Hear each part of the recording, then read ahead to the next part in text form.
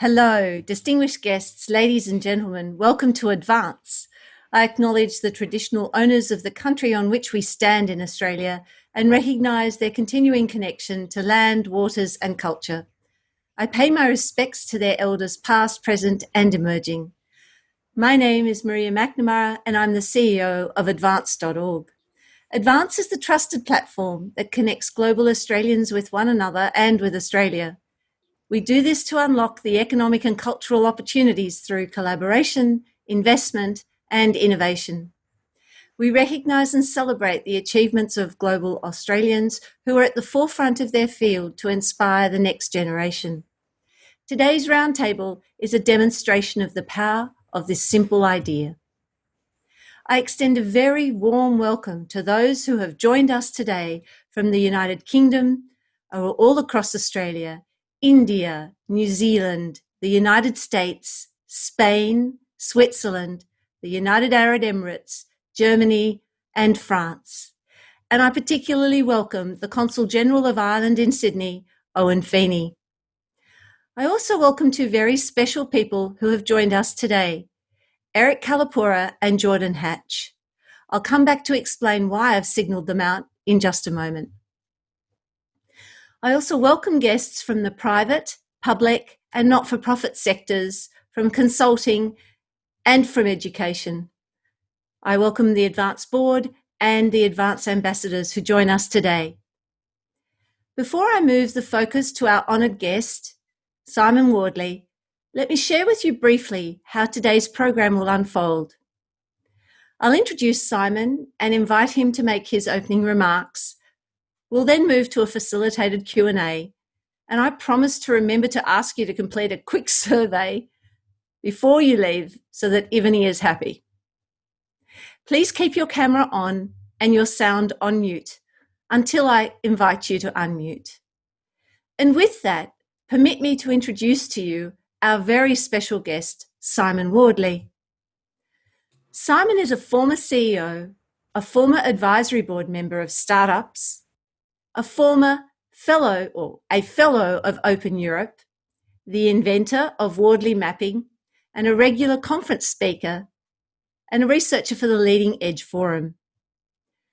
I'm not going to go into what a Wardley map is because I think Simon's the best person to demonstrate that. What is important to know is that Wardley maps have been used within the UK government with a particular interest within the Government Digital Service for strategic planning and identifying the best targets for government digital service modernisation.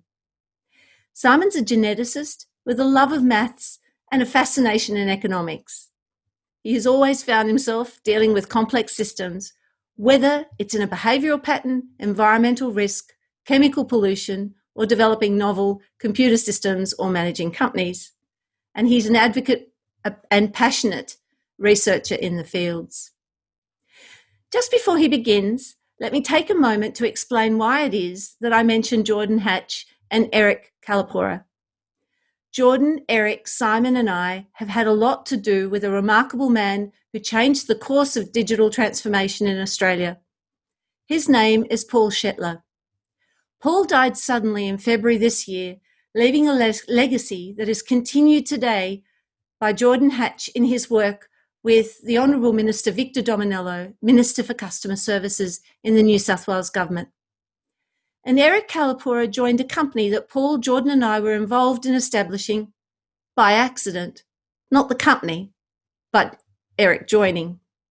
Eric had come to Stone and Chalk looking for a job with CV in hand, and the intern who was helping us with the recruitment thought he was a candidate to be interviewed. He wasn't.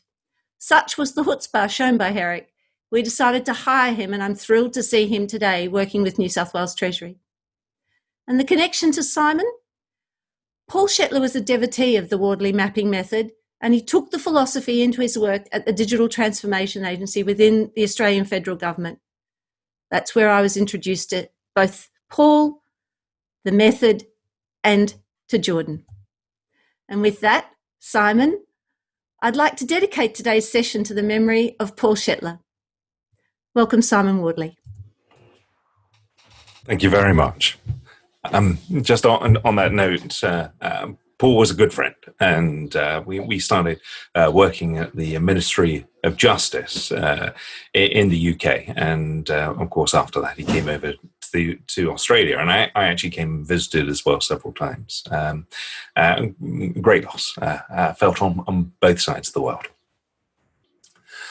So I suppose we should start by introducing the whole concept of Wardley maps. And what I'll do is I'll give a bit of history of where it came from, why it appeared, and then talk about some of its application and use. So what I'm going to do is I'm going to share a screen. Hang on a second.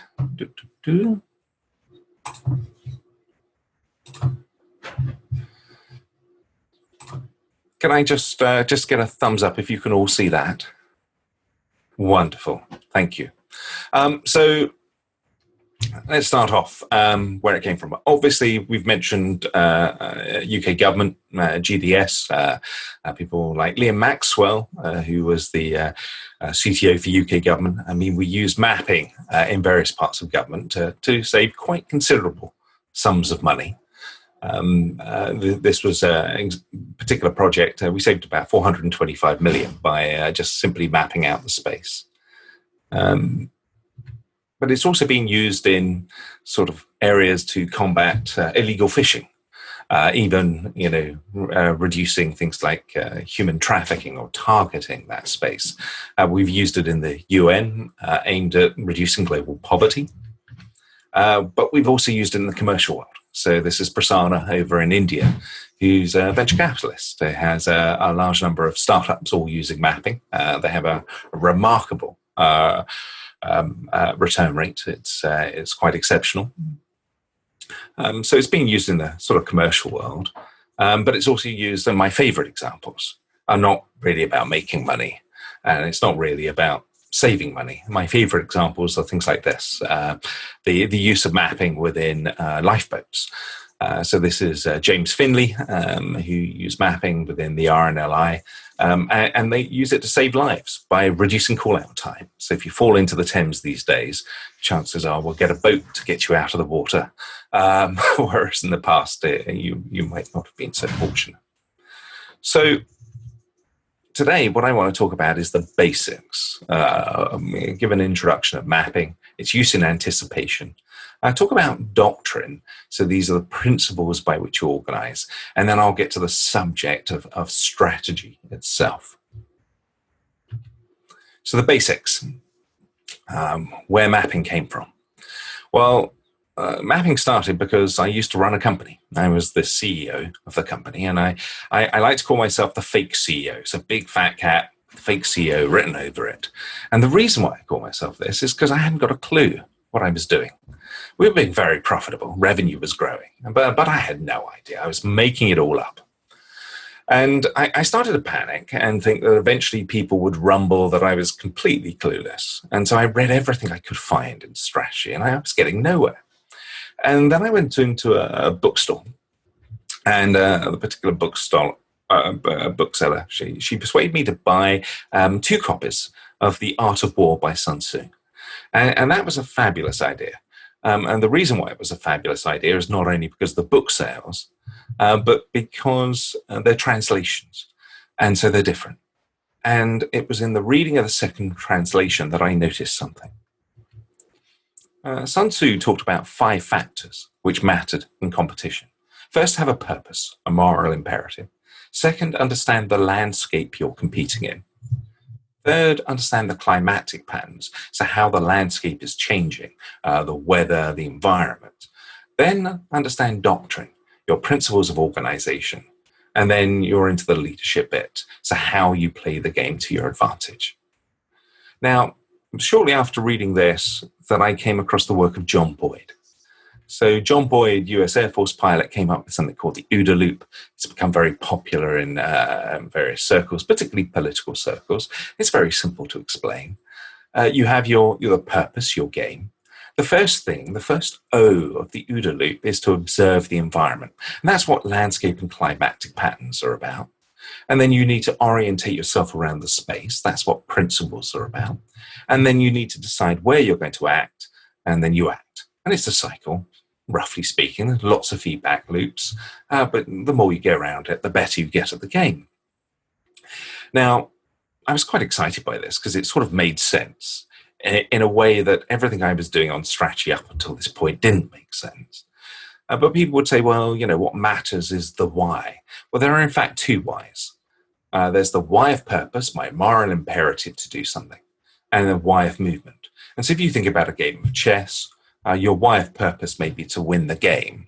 Your why of movement is, do I move this piece or that piece? And it's through movement and action that we learn.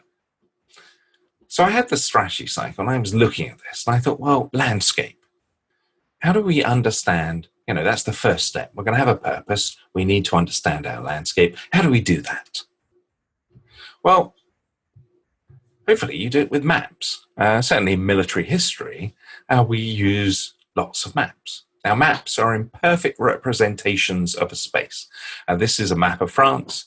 It's not a perfect map of France, but it's still useful. In order to be perfect, it would have to be 1-to-1 scale, which means it would be the size of France.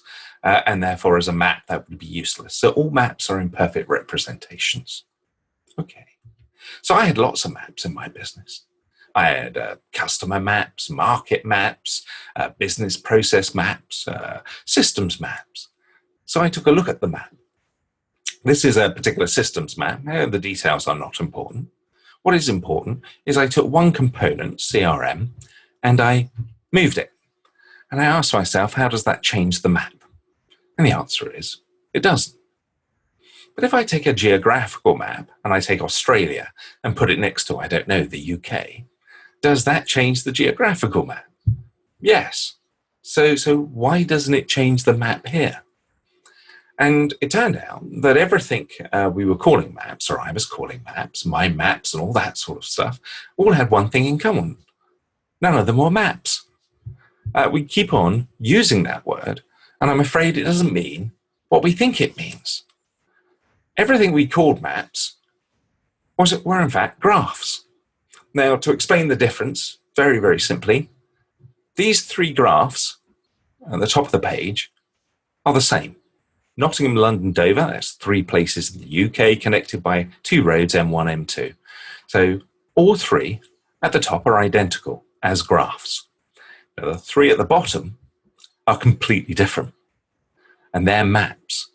And the difference between a map and a graph is simply the addition of that compass. And that compass does something special. What it does, it gives space meaning. And that's the difference between a graph and a map. In a map, space has meaning. So when you move components, it changes the context. And because of that, we can learn about the environment, we can learn about how to play the game. And this is why they're used in military training, and also military history is very important to learn from maps. So an example of this would be the Battle of Thermopylae. So this is Themistocles, ancient politician, Greek general, had a problem. The Persians were invading, about 170,000 Persians. What he decided to do was block off the Straits of Artemisium, force the Persians along a coastal road to Thermopylae. It's a narrow pass where a small number of troops could defend against a larger force. There are about 4,000 Greeks, including 300 Spartans, and that's where we get the story of the 300 from. That's quite easy. You can coordinate and tell people where to go with a map. Now let's convert that into a graph. So that's the equivalent graph. Persians, Artemisium, Thebes, and I've added additional information in terms of transportation, like walk, boat. Now, how easy is that to coordinate and determine where we should strategy? It's much, much more difficult. And in fact, your opponent can just completely outfox you by moving to an area which doesn't actually have any roads or any obvious pathways to. Okay, but it could be worse.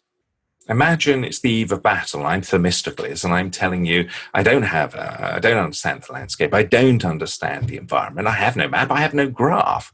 I mean, I'm giving you purpose. We've got to defend against the invading Persian horde. But I say to you, have no fear, for what I have created is a SWOT diagram. So strengths, a well-trained Spartan army, a high level of motivation not to become a Persian slave, weaknesses, the E4s might stop the Spartans turning up. A truckload of Persians are turning up. I mean, opportunities, get rid of the Persians, get rid of the Spartans. We're Athenian. We hate the Spartans. Threats, the Persians get rid of us. And the Oracle says a dodgy film might be produced a few thousand years later. I mean, just how bad is this? I mean, it's terrible. So, if you ask, what would you use to communicate and determine strategy in battle, position and movement described by a map or some sort of magic framework like a SWOT? Well, it's obvious. Except for when I looked at my business, I was using SWOTs. I didn't have any maps. I just had graphs and SWOTs. It was like, oh my word, that's a bit of a disaster. So what makes a map a map?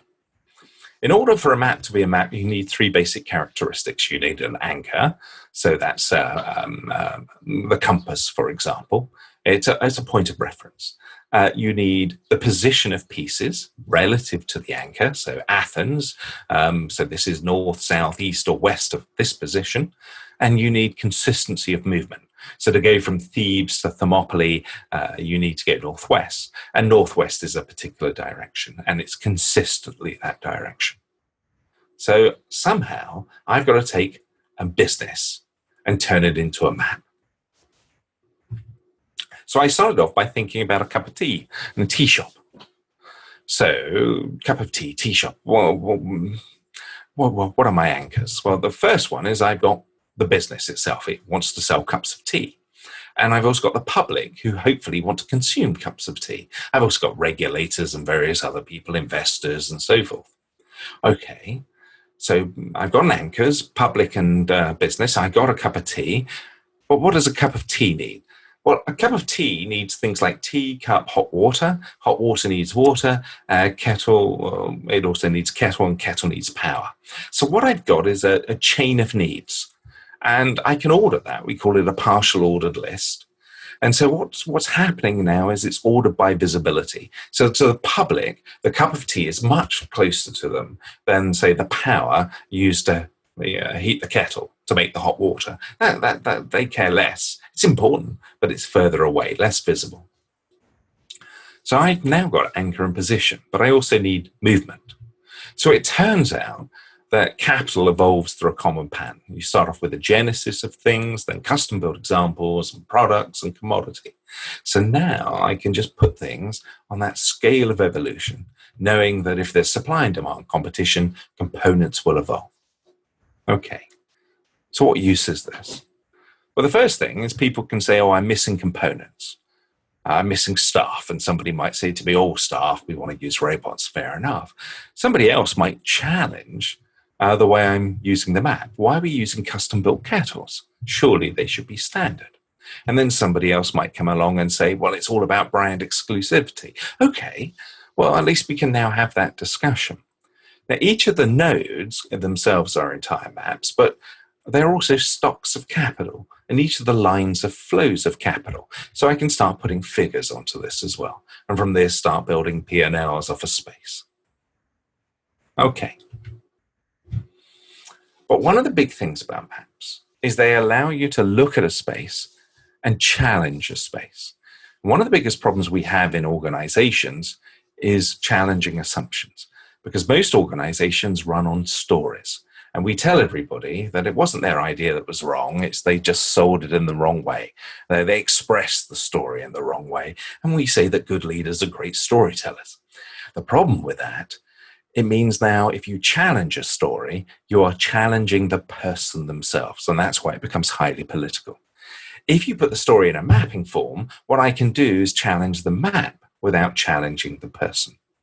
So I'll give you an example of this. Insurance company. They needed, this is a process flow they had, and this is one of the most common problems I see. They needed compute, order server went into goods in, modify mountain rack. I'm using a tech example, but this is a problem which occurs all over the place. They had a bottleneck, and so they've decided to do a digital transformation program, investing in robotics to get rid of the bottleneck. They'd spent 6 months working on this. It was many, many millions, tens of millions, in fact, capital investment. They're about to go. Now, if I'd gone in and just said to them, why are you doing robots? Immediately, I'm challenging this story. It'll be political, so don't do it. I simply asked them to map it. And this was a 15-minute exercise. So they went, user needs compute. Compute needs to order server. Server comes into goods in. Compute needs to rack, mount, modify. Now, 15 minutes they took. I was simply able to, I might argue about compute. Why is that not a utility? But I simply asked them, why have you got racking custom built? And it turns out they made their own racks, or they had a company that made their racks for them. To which I then asked, what are the modifications you're doing to servers? Well, the servers they bought didn't fit their racks. So they had to take off cases, drill new holes, add new plates to get them to fit their racks. And that's why they needed robotics. Now, as soon as you had the map there, they were looking at this and someone was able to go, hang on, why aren't we using standard racks? And this is the most common problem that I see. People trapped by past history and context. As soon as you show them the environment, it's just like, why are we doing this? But if you can't see the environment, they will keep repeating the same process. And so, as I say, this is the most common thing I see. People trying to make process flows more efficient in organizations, where in fact, what you need to be doing is considering evolutionary flow. You need to consider the fact that this thing has evolved. Okay, once you've got the basics, then we can get into anticipation. So if I go back to this strategy cycle, once you start to observe the landscape, then you start to observe patterns. And there's three basic categories of patterns: climatic, doctrine, and what we call gameplay. So I'll deal with climatic patterns. These are rules that influence the game. And there's about 30 of them. Sorry, apologies. That's my phone ringing in the distance. Hang on a second.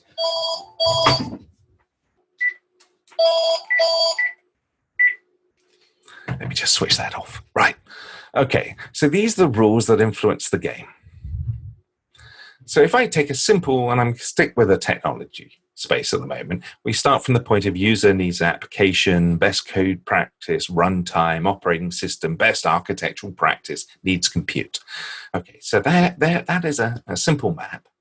Well, the first pattern you learn, and it doesn't matter whether we're talking money, computing, penicillin, whatever, is everything evolves.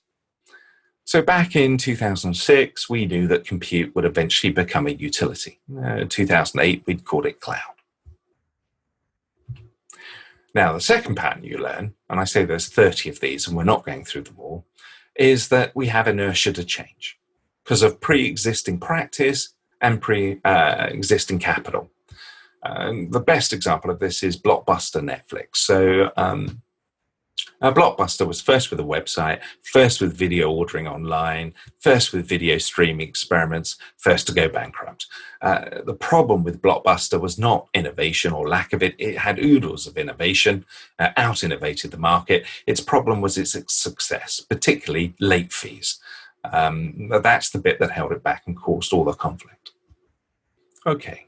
The next pattern you learn is that efficiency enables innovation. So as things become more commodity-like or more utility-like, you get, first of all, new emerging practices built upon those new components because they have a change of characteristics, and you also get new needs, new things being built. So in the cloud world, we got DevOps, and we got things like Netflix. The next thing you learn is those higher order systems create new sources of worth. So those new needs, they're highly uncertain, but that's where new value and new worth is created.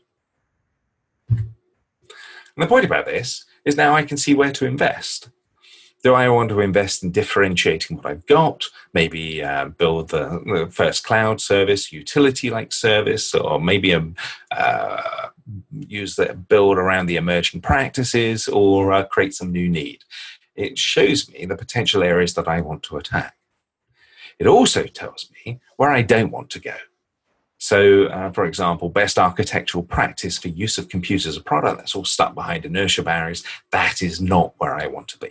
So these are the problems I faced in 2008. I used to run strategy for a company called Canonical. It provides an operating system called Ubuntu.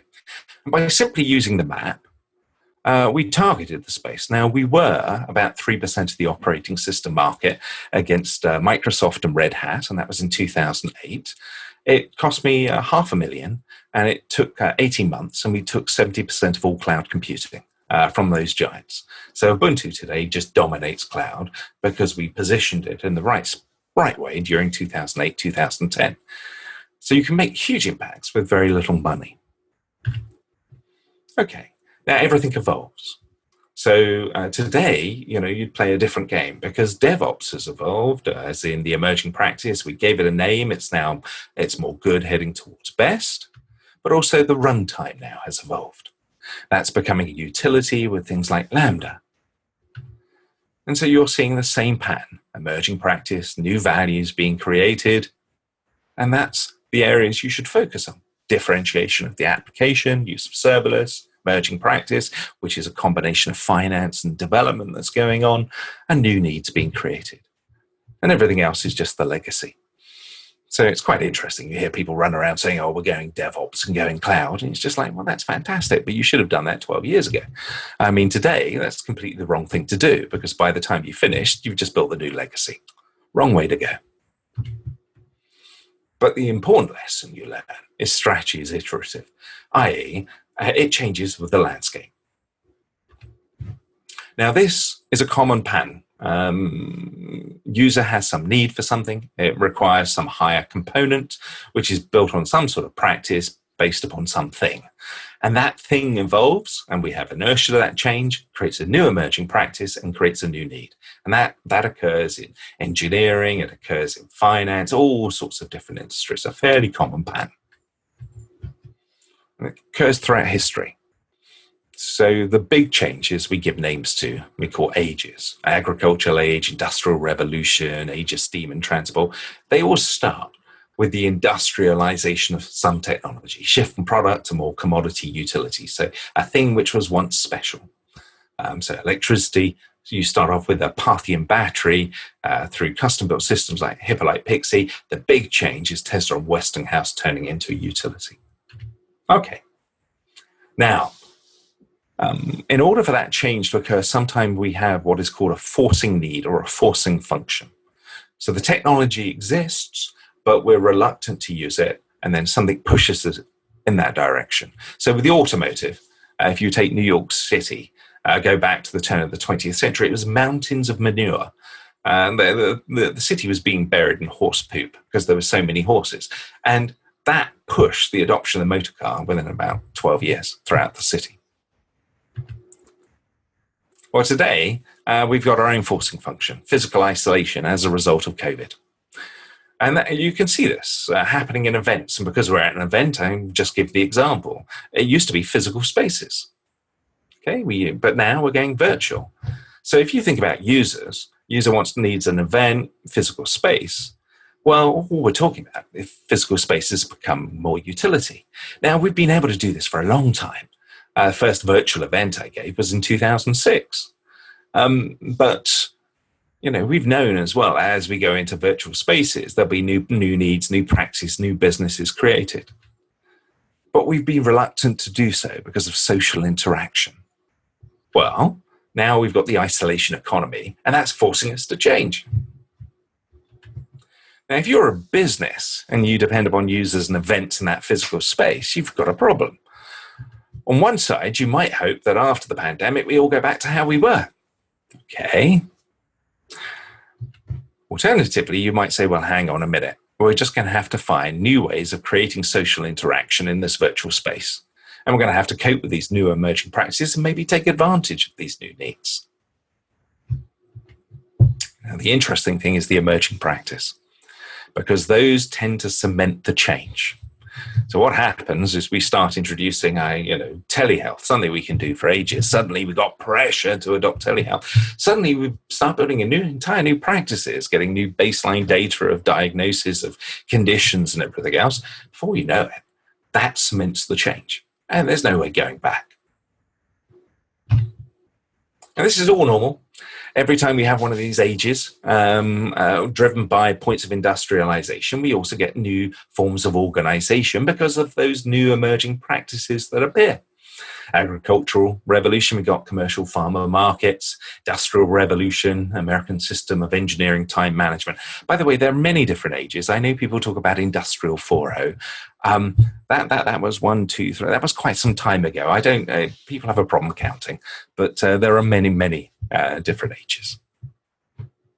Okay, So I've talked about basics of a map and anticipation by using patterns. I showed you a few patterns. There's there's 30 common economic patterns. There's 40 doctrine, and these are universally useful principles. So I better explain those. So a different category of pattern, and these patterns are universally applicable principles regardless of context. So what I mean by that is it doesn't, these are patterns you can choose to use or not use, but they're universally useful, so you really should do them all the time. So strategy is iterative. You can decide to go, no, we don't believe that. We're going to have a 10-year plan and not changing it at all. Not necessarily a good idea, but a better principle is to realize it's iterative. So I'll show you another one. Things evolve, they become more efficient, enable higher order systems to appear, which create new sources of value, which then emerge. Then evolve. As things evolve, their characteristics change. So they start off in this uncharted space, counting uncertain, unpredictable, end up in this industrialized space of ordered, known, measured. Doesn't matter, penicillin, money, they all do the same thing. Because of this, there's no such thing as one-size-fits-all purchasing or one-size-fits-all project management methods. If we take project management, extreme programming, agile is very good on the left side because it's good at reducing the cost of change. Six Sigma outsourcing good on the right because it's good at reducing deviation. Whereas lean, Scrum, MVP is good in the middle because it's good at learning and reducing waste. But because most people don't map, they don't know this. So you have these wonderful yo-yos where people say, oh, we're going all agile. That'll solve everything. No, it won't. Or we're going all Six Sigma or whatever. No, that's not going to help you either. But you need to use multiple methods. And to give you an example of this, other than the fact that every time I say this, if I do it at a conference, people say heretic burn him. I'm going to use HS2, high-speed rail, big, heavy engineering project, 70-odd billion. This is James Findlay again. He was the CIO of HS2. Now, they decided to build this railway project in a virtual world. So this is a map. Well, this is not a map. This is a graph, a systems diagram of building it in a virtual world. And James's problem was this. Which bits do I outsource?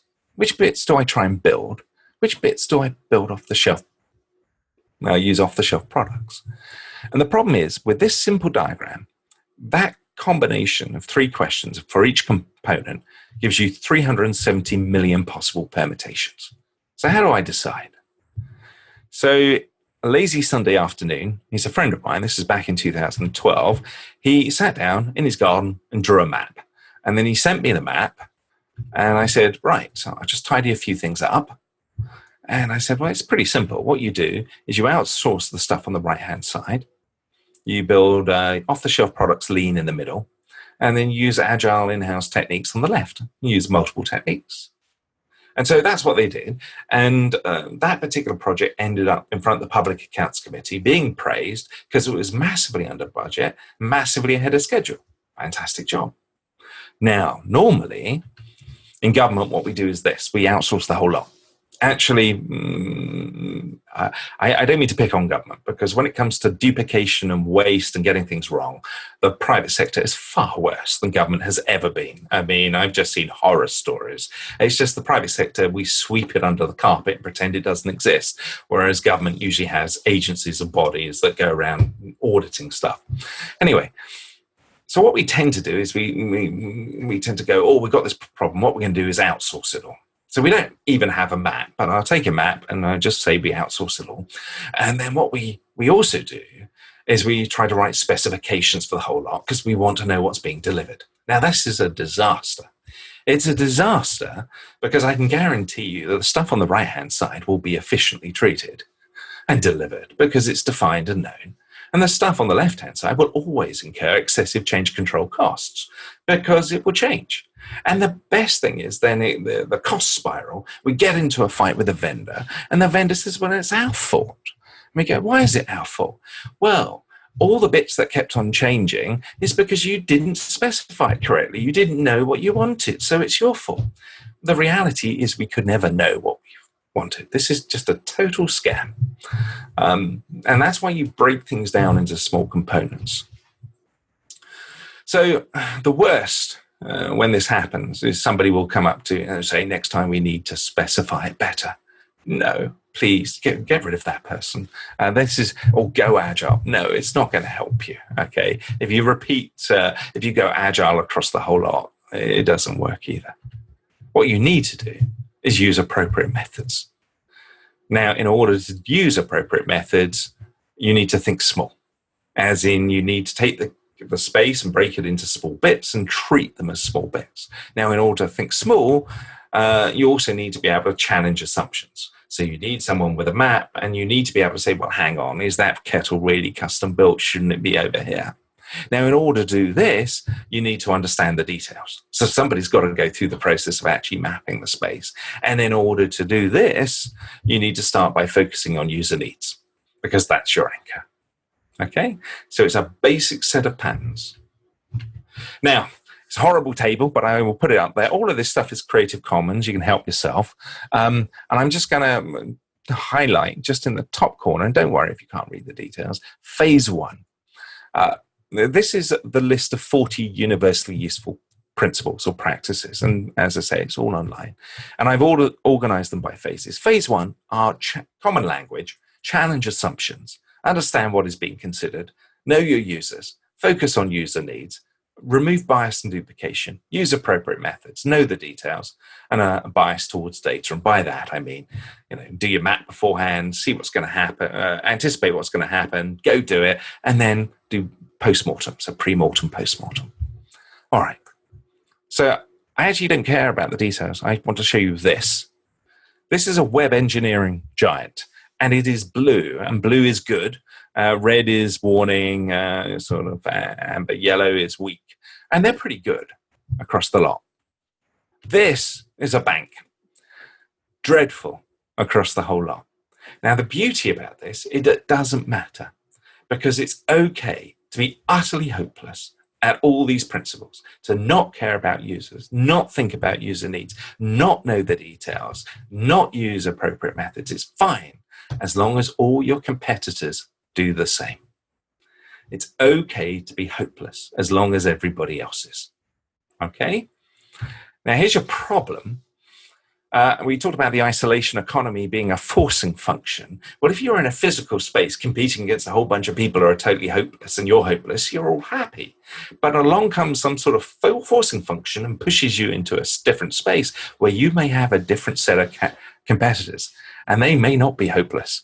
And that becomes very dangerous, because these changes are very rapid, and you're not just dealing with a technological change. The base principles of your organization aren't up to scratch. All right, so finally, let's get on to the subject of strategy. Right. Persians are invading. So we can see the space. We can come up with scenarios. We can discuss, how we're going to play this, what our competencies are, where our capabilities are, where our units are. And somebody is trying to call me. Hang on. There we are. Okay. So let's go through that. We've got a map of the landscape. So we've got, say, application, best coding practice. We've got runtime, operating system, best architectural practice, down to compute. We know those basic patterns. So things evolve. That enables higher order systems. They enable new needs to be created. So that enables us to look at the landscape and anticipate where we might want to attack. Okay? And where we don't want to be. I don't want to be stuck in this best architect stuff behind inertia barriers. I want to be away from that. But we know also that strategy is iterative. So this space is going to change as well. So we can go forward even further. Maybe we will stay where we are because we anticipate a future change and we're going to take advantage of that. Now, this is a game. And the more times you go around this, more you understand the landscape, more you learn about climatic patterns and doctrine, the better you get at the game. Same with chess. And then what you discover are their context-specific plays. And there's about 100 of these. And you can use that to manipulate the space to your favor. So things like open approaches are great for accelerating stuff. You can use constraints. You can use fear, uncertainty, and doubt. There's all sorts of different methods and techniques of manipulating the landscape as long as you understand the landscape. And these can be quite deadly. But the problem is people go, oh gosh, this is terribly complex. Can't we just fix the culture? Okay. Or they say, can we just fix the organization? We'll just get the structure right. We're on the Titanic, water's coming in. What we need to do is move the deck chairs about. That will solve the problem. Okay. The problem with culture is very, very simple. And I'll just pick on culture. We could do organization. I've got a principle here. As in use appropriate methods. That's what doctrine is. It's a list of 40 principles. But when we talk about values are things we believe in. And on that map, there are two beliefs, diametrically opposite beliefs, but both are true at the same time. So people over process is a belief on the left-hand side, and process over people is a belief on the right-hand side, Six Sigma versus something like Agile. And they are both true at the same time. Okay. The problem with culture, as Kroeber said, is despite a century of effort to adequately define cultures, there is no agreement among anthropologists, those are the specialists in culture, regarding its nature. So nobody has an idea what culture actually is. And the problem is, as Margaret Mead said, and one of my favorite anthropologists, is language is a discipline of cultural behavior. And that's a big problem because of Gödel's incompleteness there. So very simply, if no model can be complete and true within itself, i.e., if language is part of culture, you cannot use language to describe culture. Sorry. But that's what anthropologists have been trying to do for 100 years plus. Now, so because of this, I thought, well, can we map it? Because that's not really language. It's use of symbolism as well. Well, when we talk about maps, I talk about the evolution axis in terms of activities, genesis, custom, product, commodity. But really, I should say stage 1, 2, 3, and 4. These all have different characteristics. They also have different labels if we're talking about practice, data, and knowledge. Okay? They're just labels, that's all. So practice, novel, emerging, good, and best for the same characteristics. And I can mix and match these labels. Take one from stage 1, stage 2, stage 3, stage 4, which enables me to create a different axis at the bottom. So concept, emerging, converging, accepted. And I use that when mapping out ethical values. So we start off with a collective, and that collective might believe in universal basic income, paid holiday, unionization, anti-discrimination. Those concepts are actually based upon underlying needs, workers' rights, civil rights, as Martin Luther King said, twin pillars of democracy. Underneath that is the concept of the abolition of slavery. Underneath that, reciprocity and fairness. Okay, so you can actually map out values. Ethical values. Now, normally, I would take that section there and I would describe it as a pipeline, because when we talk about values in a society, a collective, and a collective is just a collection of values, those are evolving all the time. And so we normally have a few high-level ones we see and a lot of invisible ones which we've sort of forgotten about, but they're there. Now, if I expand this, you get a whole bunch of other components. And if you want to describe culture, the problem with it is that is a map of roughly what culture is. And like all maps, an imperfect representation. So it has a whole bunch of components within there. Belonging, agency, safety, behavior, enablement systems, values, doctrine, memory, landscape, all of this stuff is all part of it. So your big problems are culture isn't singular. We belong to many. So I belong, you belong to your family, maybe your church, maybe your company, maybe your nation state. So we belong to many. You can't just simply copy the values from one to another because there's many other components involved. You can adopt things like doctrine, and that's going to change according to your landscape. But there are feedback loops. So it's easy to get things wrong and things get really negative really, really quickly. That's why it's dangerous to mess around with this stuff. And there are constraints. So your gameplay that you might want to apply will depend upon the values your organizations have. I mean, if your value is all about honesty, misdirection's a pretty difficult one to do without that getting embedded in the memory of the organization, creating further constraints for you further down the line. So the question then becomes, well, does it really matter? And the answer is yes. So many years ago, working part of the UK government, we took the car. This was 2014, and we rolled the map forward to 2025. And because it's DVLA, we're worried about license fees because, driving licenses, there's a 400 million a year industry. And so what you've got are many, many different components in the car. And rolling forward to 2025, we can see it all becoming more commodity-like, despite our desperate attempts by certain industries to deny that the car is becoming more commodity utility. Okay.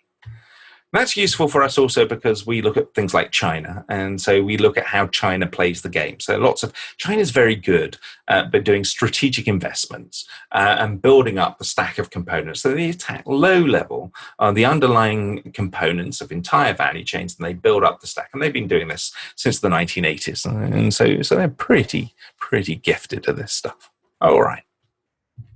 Now, the problem for the car is all of this stuff is becoming more commodity, and particularly when we get into a world of self-driving cars, which we might not even own, so more utility basis. So how do you recreate difference in there? And the way you do it is through status.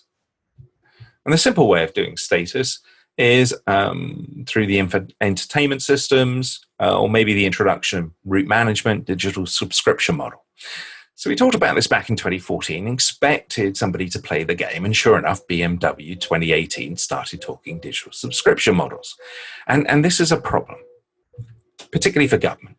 So the issue isn't this. The issue isn't that when you get in a car, which you don't own, the experience will vary depending upon your digital subscription. So if you're a platinum member, it might be a fabulous experience. If you're silver, you might buy the adverts all the time as it drives along. That's not a problem.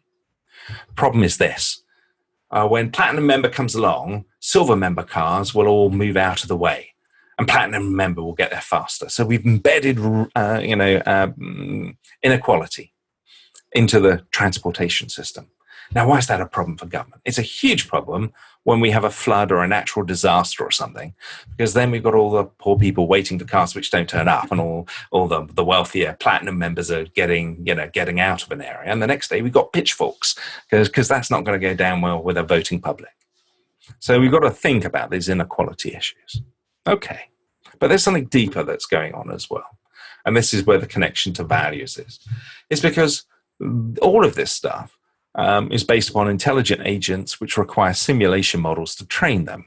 And in those simulation models are embedded the values of the collective of society that created those simulation models.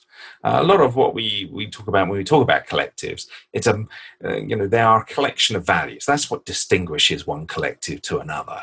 And often when we talk about warfare of one form or another, whether it's physical warfare or economic or the other forms, it's all about expression of values.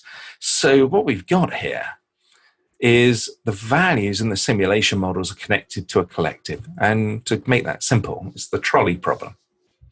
When your self-driving car comes along, you can either go one way and kill 4 people or the other way and kill 1 person. Well, how do you make that decision? Well, if you're in a system which values wealth, and one's a venture capitalist and the 4 are just an ordinary family, it's looking pretty bad for the family. If you're in a more collective system, Confucian-type nature, where the family is more important, then it's looking pretty bad for the venture capitalist. So the values that we have in society and how we measure value and worth will get embedded in the simulation systems here. Okay? And that battle is going on right now, mostly between the US and China.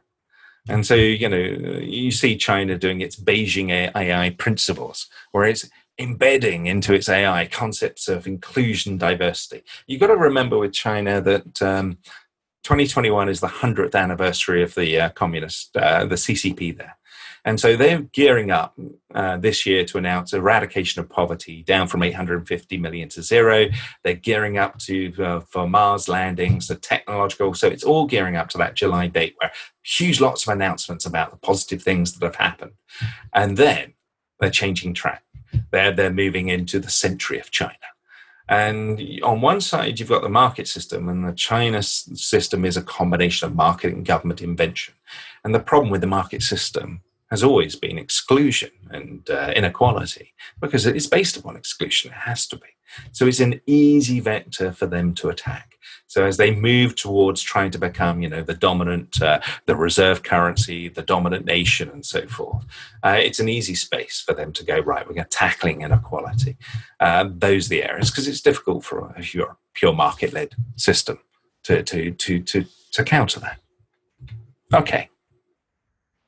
So the point about this is, we've got components on here, different forms of capital, we've got practices, we've got technology, we've got values, and we can discuss what's changing and what the patterns are and how do we take advantage of this space. Now, it's an imperfect map, an imperfect representation, okay?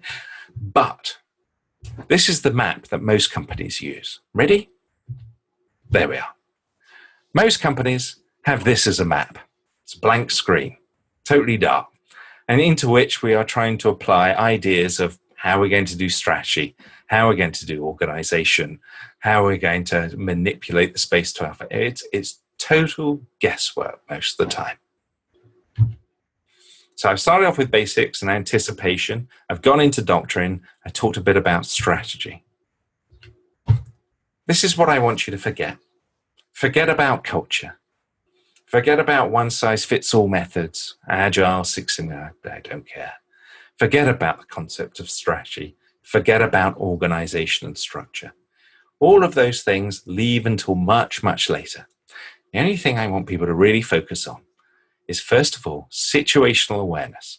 Understand your landscape and basic principles. So from the point of view of understand your users, the user needs, the components involved, understand the detail, and then you can get into things like using appropriate methods. Either strategy, culture, organization, to much later on until you understand your landscape. And at that point, I'm going to say thank you and open it up for questions. Thank you so much, Simon. Now, sorry for the phone calls and everything else. Unfortunately, home phone and everything else. I'm in my home office. And by the way, if my young boy runs in, that just might happen. Well, we'll just all say hello, because that's the beauty. Please. So let me just, fantastic, and thank you. Now, to those who've only seen that for the first time, it takes another 3 watches of that video and a read of the open source for you to just touch the surface of what the potential of this is. I've now been listening to this very same presentation. I think last year or the year before, I sat through a 2-day session, walked out with a brain that was hurting. Now only just started to write even the simplest of maps, but it's saving the team and I significant amounts of time and money. So that's... Thank you. I can't thank you enough for giving us the time. But we do have questions, because we offered people the opportunity to send in some questions. So I'm just going to come to you. Christine Dondre, who's the Director and Partner of Quantitative Global Equities at Eminence Capital Management, she asks, to what extent can the map adapt or self-reorganize the components required to embrace disruptive technological trends as they impact customers? That's a fantastic question. So first of all, I'm going to share a screen again, because you've got a whiteboard. There we are. Can you see a whiteboard? Because I need to draw. I'm sorry. Everything has to be done visually for me. Can you see that, by the way? Yeah. So I'm just going to draw a line at the bottom. Thank you. I'm just going to put Genesis. Oh, you're now going to see how bad my drawing is. Custom product. Commodity. Okay. Right. So we'll start off with something. We'll put it here. I'm just going to evolve it to a product. So we'll put that there. Evolve it to another product. To here. Evolve it to a commodity. Here. Which then enables some higher order system. So very, very simple map. Oops. Let's erase that. Try that again. There we are. All right. So I've got something which is evolving, starts off with the genesis of the thing.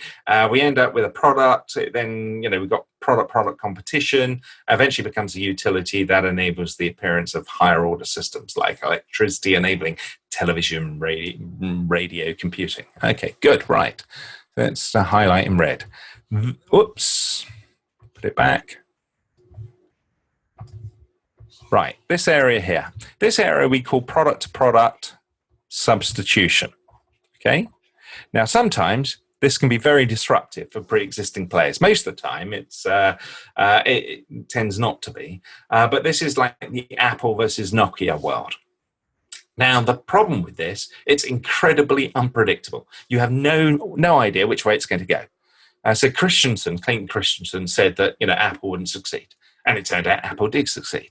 Now, it's not because Christensen's daft, or was daft. It's because it's highly unpredictable. Now, there's another form. If I put this inertia barrier here, what we have is product to utility substitution. Now, product to utility substitution, we know that pre-existing players are going to be stuck behind inertia barriers. New entrants are going to come in. It's going to be a rapid period of change, causing an explosion of higher order systems and new practices. There's an awful lot we can say about it. We can say about what the change is, the likely time frame, huge amounts. But it's also disruptive. But this is a form of predictable disruption. Okay? Now, so we've got two different forms. We've got the unpredictable and the predictable. Of course, you can only see that if you've got a map. So you used to have these wonderful arguments between Lepore and Christensen. And Christensen saying, production theory is, disruption theory is predictable. And Lepore saying, no, it's not, and giving examples. And the thing is, they're both right and both wrong. They're both right and both wrong because there are at least two different forms. One which is predictable and one which is highly unpredictable. Now, for most organizations, you can't see it because you haven't got a map. So I would sit there in the boardrooms of things like IBM in 2008 and say, yeah, you're going to lose your entire hardware business, the whole lot. Amazon, this little bookseller, is going to take it all off you. And you're not going to do anything. You're going to sit there with your pre-existing business model, stuck behind inertia barriers, convinced that you can just go and buy them whenever you want. And there's various gameplays, and this is how they play the gameplay. And now you're going to tell me all the reasons why this isn't going to happen because you're stuck behind inertia barriers, and that, there we are. I mean, it's quite funny, actually. It's quite frightening, but because there are at least two different forms. Now, once you come to accept that, your reactions and how you cope with that will be different.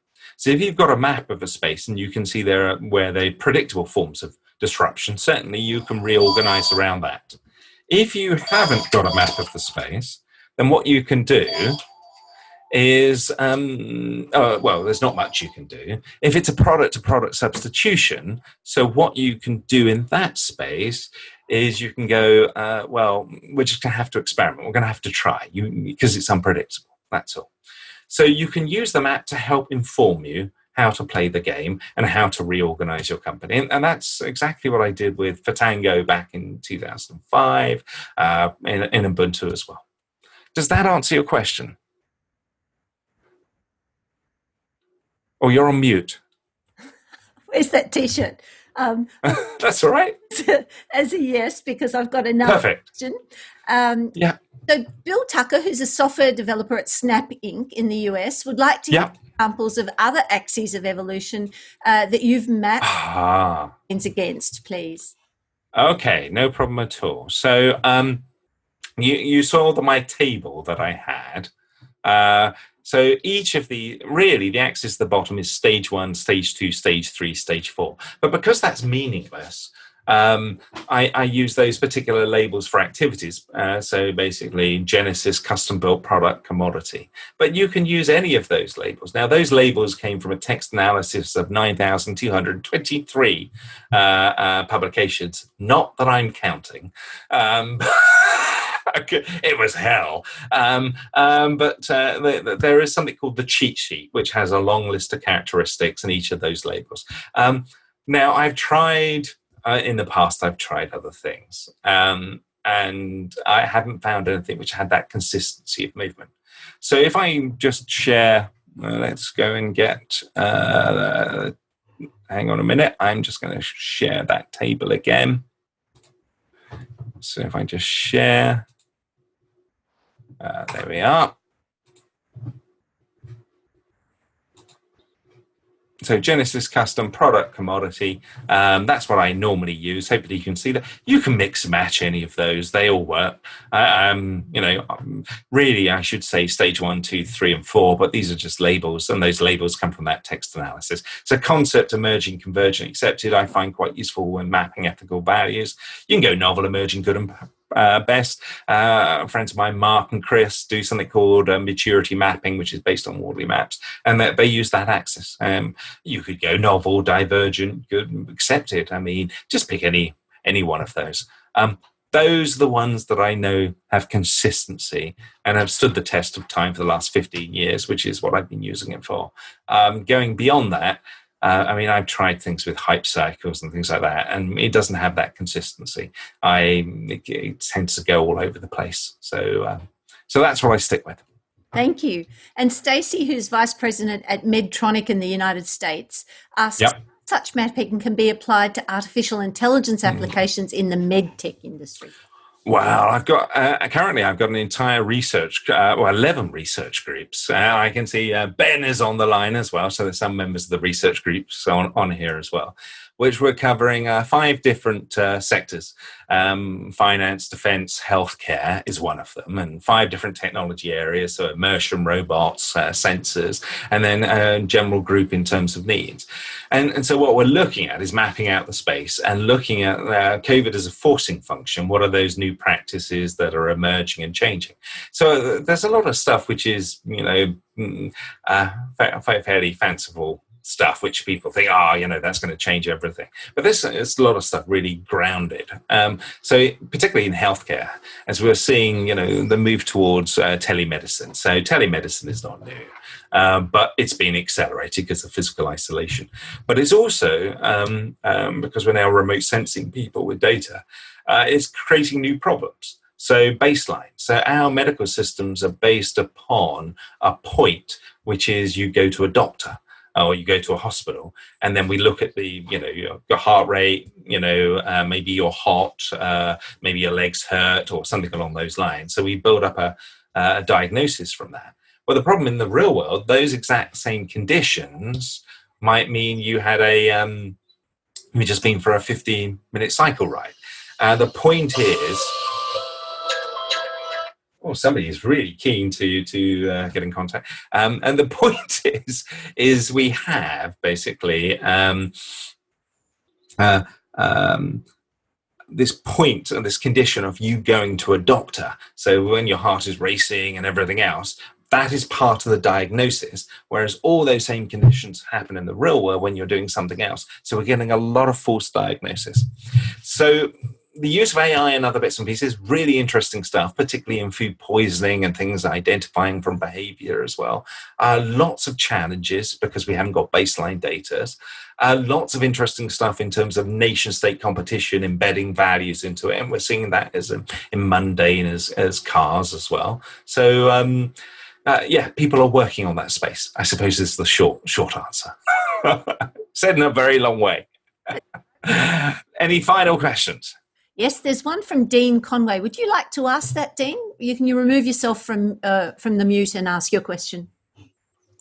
Yep, sure. Can you hear me? Oh, yes, I can. Hello, sir. Good day. So I think the question was what I put on about, are you seeing any patterns on what type of organization or people gravitate to adopting Wardley maps? So I have some interesting conversations. I'm a consultant. I work with some federal agencies here in Australia. And when I pull up the mapping concept to them, sometimes I have this look of absolute horror. But then as we get through it, they start to see some of the value, and then there's a bit of a eureka moment. And I'm just wondering, but there is a certain segment I'm encountering where they're very resistant. That no matter how much you show it, they've just still got this blocker about adopting it. So I'm keen to get your experience around this. So first of all, if you're going into an organization, it really, really helps if the people you talk to have some form of military background. Okay, because if they've got some form of military background, you can talk about the importance of situational awareness or the ex-police or anything along those lines, and they go, yes, we understand that. Yes, we understand the maps. If they don't have that sort of background, your first hurdle is you've got to explain to them why situational awareness matters. As daft as that sounds, you do actually have to explain that to them. Now, here's your big problem, though. Your really big problem with situational awareness is that once you give them maps, people can challenge the map. And that sounds like a good thing. You know, people are looking at the map and saying this is wrong, this is right, etc., and so forth. And so people are challenging assumptions. But if you live in an organization run by stories, and where the power is based upon stories and storytelling, and you convert that into a map, and some people are now pointing out the flaws and other people agreeing, you're undermining people's power base. It's a bit like COVID. It's quite amazing. When we break out companies, we discover that the people who desperately want us to get back into the office tend to be those where the physical presence is important for their relationship power over others. And they haven't got the same power in this sort of online world. I mean, it's because all of a sudden others are equal basis. And that's a real problem. Maps can do the same. They can democratize strategy and challenge. And so they can become hated. I mean, I've had organizations which they started off with maps and they start to have really profound effects. And then, of course, massive negative reaction because suddenly people realize that what this fundamentally means is when I say challenging assumptions, what I mean by that is I'm going to tell you what to do and then challenge you for not doing it, not you actually ask me questions back. And so you can have a real negative reaction against it. And sometimes that requires board members to say, no, this is the way we're going. You know, you're just going to have to get used to it, that people are going to challenge. Yes, you can have a big negative reaction sometime. Yeah, definitely. Thank you. Pleasure. So the floor is open. We've got 10 minutes, just under 10 minutes for questions. If you want to ask a question, please use the emoji on the bottom or put your hand up physically and one of the team members will send me a note and I'll call your name, ask you to remove yourself from mute. Ben Hogan, please remove the mute and ask your question. So just a very quick comment. I want to invite anyone in Australia who wants to join my Wardley mapping meetup. We run that every 2 weeks. So come on, find us on meetup.com. That's fantastic. If you send through the details, we will add it to the summary note that we'll prepare from today and share it with everyone who was here. Thank you. Is there anyone else that has a question they wanted to ask? Brad Loader. Oh, hello, Brad.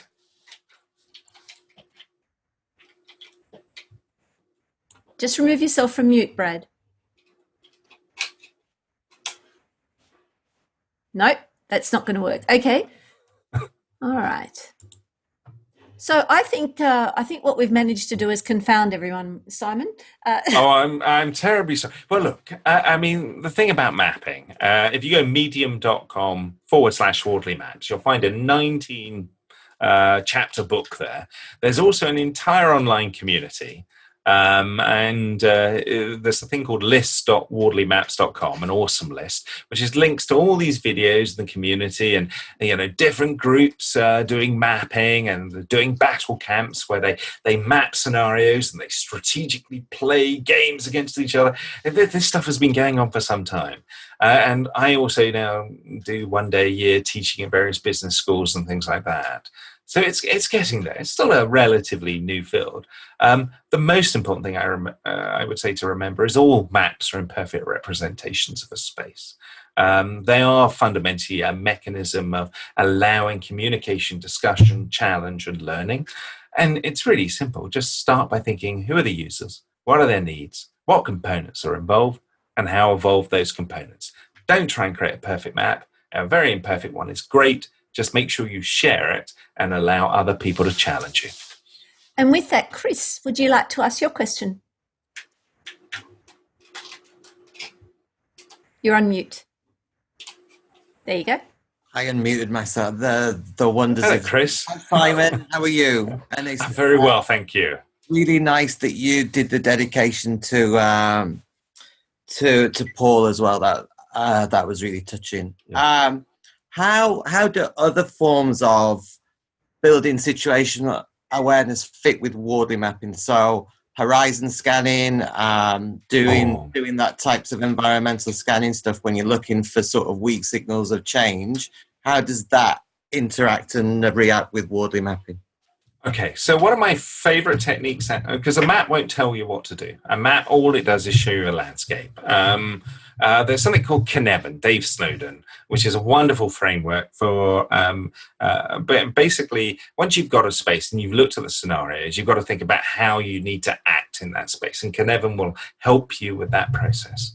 In terms of something like the 3 horizon models, the problem you've got with the 3 horizon models is where the horizons are depend upon where you are on the map. So sometimes, if you're in a product space, your next horizon is product to utility, and the horizon after that is more in the genesis space. But if you're in the utility space, that's your first horizon, your next horizon is more in the genesis space, and the horizon after that is more in the product space. So the point about that is there's no simple way of just going horizon models and fitting it to a map, because it depends upon where you are on the map. And if you've got any complex system, that means your horizon 2 can involve utility in these bits, genesis in those bits, products in those bits. So there is no simple overlap. But the one thing I will say, and I will give a great shout out to, is Cynefin. I do like that as a decision-making framework. That's something to help you decide what you're going to do. Dave doesn't need any more. Dave Snowden. Dave is great. I mean, it's quite hilarious. I used to keep on going to these conferences and having these huge arguments with people. There were people who were telling me that Six Sigma will work everywhere, Agile will work everywhere, Lean will work everywhere, or whatever. And I was always getting to these big arguments with these people. And there was one person who was always agreeing with me, and it was Dave. and after then we met and had a long discussion. A lot of the mapping stuff comes from concepts in cybernetics and iCycle, Boisset's iCycle, and that's also where a lot of Dave's stuff has that connection to that as well. So not surprisingly, they seem to be quite complementary.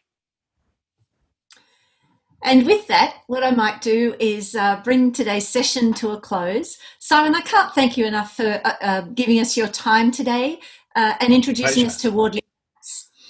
There's an entire generation of leaders who'll need to step up and help us shape our new economy and our society. And I'm comforted by the knowledge that they will be armed with this world-leading toolkit and mindset and a community to support them. Before I close, Ivany and Michael will throw up the poll, and it's only one question. It'll take you a second if you wouldn't mind answering it. I want to offer you my thanks, Simon, as a friend of Advance, and invite you to join us anytime you have time so that we can continue to develop the thinking globally of Wardley mapping. And to everyone who joined us today, thank you for making the time and showing the interest. When I met Simon in that Melbourne event hosted by Slattery's, it changed my perspective on things. And I'm hoping that it will change yours. It's been a pleasure to see so many of you united in the commitment to make things clear and simple. And with that, good night.